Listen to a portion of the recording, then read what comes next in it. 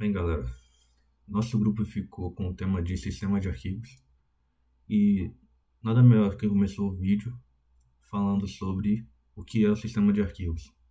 Bem, para a gente saber o conceito de sistema de arquivos, precisamos saber como funciona o disco. Antes mesmo de você armazenar informações em forma de arquivos dentro do disco, é necessário que você prepare ele. É o que a gente chama de formatação de disco. O disco ele é dividido em partições e o sistema de arquivos é responsável por formatar cada uma dessas partições e organizar o disco de forma que ele possa receber os dados. Ou seja, para você utilizar o espaço que existe no disco ou qualquer tipo de dispositivo de armazenamento de forma eficiente, é necessário que você prepare ele e organize ele. Ele oferece para o sistema operacional uma forma de organizar os dados de forma individual dentro do disco, na forma de arquivos. Além disso, o sistema de arquivos ele oferece informações sobre esses arquivos, como nome, endereço, tamanho, permissões, entre outros.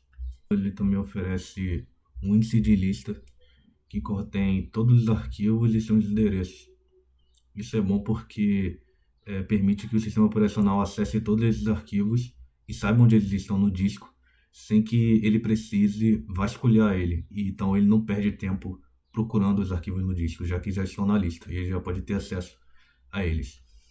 Toda partição de um disco de qualquer tamanho ele pode ser organizado de formas diferentes por diferentes sistemas de arquivos, que oferecem diferentes tipos de armazenamento e de velocidade. Alguns desses sistemas oferecem recursos de segurança adicional, como por exemplo o journaling. O journaling basicamente, antes de qualquer alteração que é feita no arquivo, ele faz um registro de todas as ações que são necessárias. As alterações no arquivo só vão ser executadas quando houver a confirmação desses registros. Isso é bom porque impede que, por exemplo, na falta de energia, nenhuma alteração no arquivo em questão vai ser executado pela metade e vai voltar para o seu estado anterior, ou seja, vai manter a integridade do arquivo. Sistemas de arquivos mais robustos e resistentes à corrupção de arquivos geralmente são mais lentos. Então você tem que colocar na balança isso. Se você quer mais velocidade, você vai ter menos robustez e consequentemente mais possibilidade de corrupção de arquivos. E dentre os principais sistemas de arquivos que tem no mercado hoje em dia, temos o FAT32 e o NTFS para Windows. Para sistemas dispositivos Apple, nós temos o HFS, HFS Plus e APFS. E para sistemas que usam Linux, nós temos o XT2, XT3 e XT4. Então, a seguir, vamos falar um pouco mais sobre cada um desses sistemas de arquivos, como eles funcionam e suas funcionalidades dentro do sistema operacional e dentro do seu computador.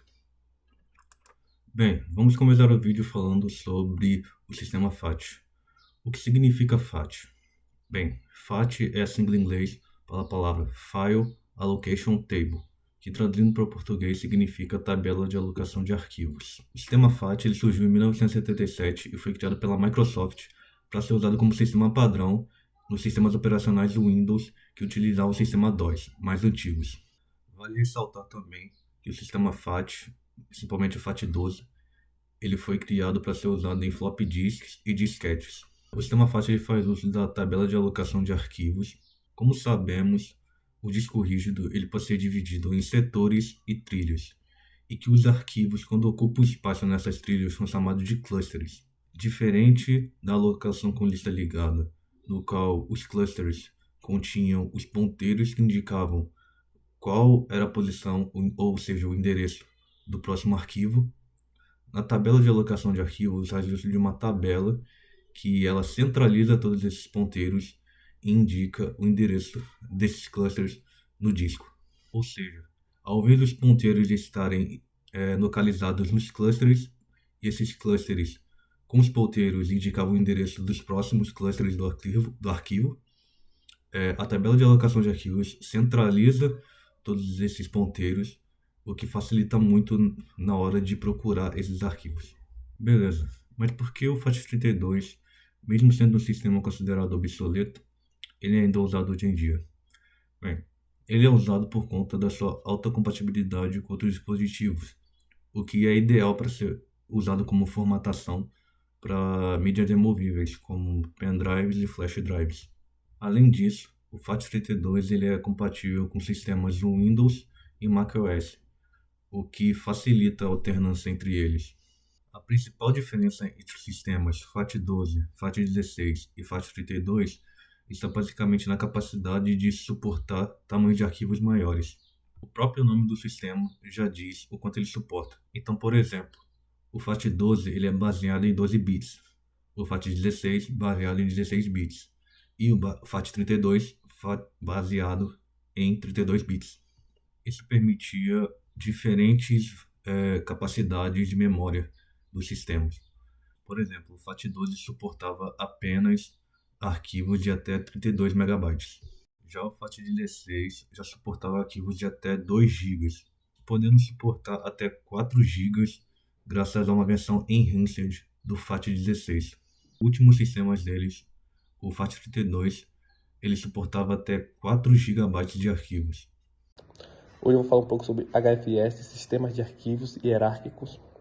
O HFS foi o sistema de arquivos original da Apple, introduzido em 1984, é o mais antigo dos três. Ele tinha limitações significativas no tamanho máximo do volume e no número de arquivos. Foi substituído pelo HFS+, também é conhecido como HFS Plus. Foi o principal sistema de arquivos da Apple de 1998 até o lançamento do Max Ring Sierra em 2017, que trouxe uma melhoria do HFS original, um aumento de blocos de alocação no disco e reduziu o tamanho mínimo de um arquivo, otimizando o uso do espaço de armazenamento, especialmente em discos rígidos maiores. Suporta registro em diário para proteger a integridade do sistema de arquivos contra corrupção, ou se não até casos de falhas. E ainda é formado um padrão para algumas unidades de backup do Time Machine, que em sistema mais antigo ou em alguns discos mecânicos é compatível com versões mais antigas do Mac OS e Mac OS X.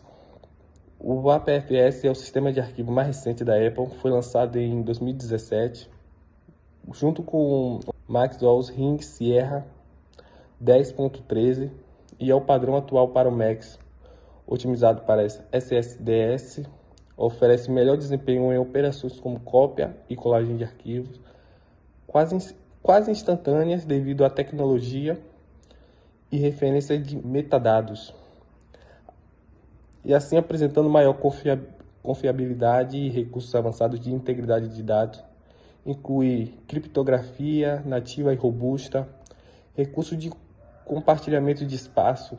Vários volumes podem existir dentro de um único container APFS e compartilham o espaço livre e dinâmico sem a necessidade de particionamento manual rígido. Suporta instantâneos, snapshots, cópias somente de leitura de um volume em um ponto específico no tempo. Você já ouviu falar em NTFS e ZFS? Esses nomes me parecem um pouco complicados, mas são simplesmente sistemas de arquivos. Ou seja, são um conjunto de regras que o computador usa para organizar, armazenar e encontrar seus dados. Dois sistemas com um jeito bem diferente de trabalhar. O NTFS, que significa New Technology Filing System, foi criado pela Microsoft nos anos de 1993 e é usado até hoje praticamente em todos os computadores com Windows. Ele vem como substituto ao antigo FAT32, que era limitado, inseguro e não conseguia lidar com arquivos muito grandes. Desde então, o NTFS se tornou o coração do Windows. Por dentro do NTFS funciona como um escritório muito bem organizado Ele tem uma grande tabela chamada MFT, Master File Table, onde ficam registradas todas as informações sobre cada arquivo, o nome, o tamanho, a localização e até quem tem permissão para mexer nele. Tudo que existe no disco passa por essa tabela. O NTFS também tem vários recursos interessantes.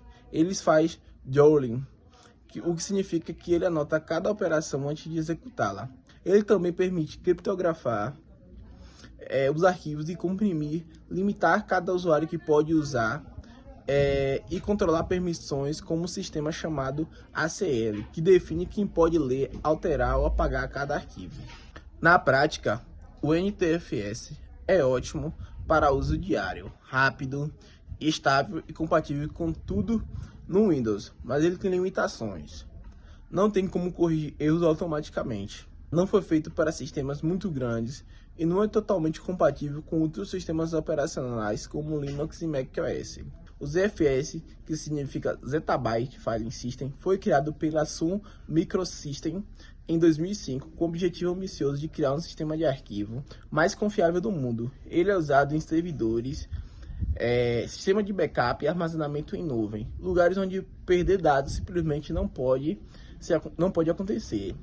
O principal diferencial do ZFS é que ele não é só um sistema de arquivo, ele também é um gerenciador de volumes, ou seja, as partições AT usa os sistemas de redundância, enquanto o Windows NTFS precisa de outras ferramentas para montar um RAID ou criar volumes lógicos. O ZFS faz tudo isso sozinho de forma integrada. O ZFS trabalha com conceitos de Z-Pools, ou piscinas de armazenamento. Em vez de pensar em um disco de cada vez, você junta vários discos em uma mesma pool, e o sistema usa todos eles como se fosse um só. Ele distribui os dados de forma inteligente, garantindo desempenho e segurança. Mas o que torna o ZFS realmente especial é a verificação de integridade. Cada pedaço de dado que ele grava recebe uma assinatura digital chamada checksum. Quando o sistema vai ler os arquivos, ele confere se o dado ali ainda está exatamente igual ao que foi salvo. Se algo estiver errado, mesmo que seja um erro minúsculo causado por tempo, defeito físico ou falha elétrica, o ZFS detecta e corrige. Você já parou para pensar como o Linux organiza milhões de arquivos no seu disco? É a função Sistema de Arquivos. Vamos mergulhar na família mais icônica e importante do sistema EXT, de onde viemos, de onde estamos e por que o EX4 domina hoje. Tudo começou em 1993 com o EXT2. Foi o primeiro sistema robusto para o Linux, rápido e simples. Ele organizava dados em nodes e em blocos. O problema, se a energia caía, o sistema ficava caminhando no escuro. Ele precisava de uma checagem lenta e demorada. O risco de perder os dados era real. A solução para esse caos veio em 2001 com o EXT3. A grande virada foi o Journey, ou Diário de Transações. Pense assim, antes de mudar o arquivo de lugar, o sistema anota a intenção no diário. Se houver uma falha, ele precisa ler as últimas anotações e não o disco inteiro. A recuperação de falhas se tornou quase instantânea. Essa confiabilidade fez o EXT3 se popularizar rapidamente, sacrificando um pouco da velocidade do EXT2 em troca de segurança. Hoje o padrão é o EXT4, lançado em 2008. Ele pegou o Journey seguro do EXT3 e injetou uma dose maciça de desempenho. A chave estava nos externos. Em vez de mapear cada bloco de dados individualmente, os externos mapeavam grandes grupos de dados. Isso é crucial. Ele acelera a leitura e a gravação drasticamente. O EXT4 também suporta volumes de disco gigantescos, de até 1 milhão de terabytes. Em resumo, o EXT2 foi a base, mas era frágil. O EXT3 trouxe segurança indispensável do Journey. Já o EXT4 uniu tudo isso, toda a segurança com a performance moderna do externos, se tornando um sistema ideal para praticamente qualquer uso do Linux hoje em dia.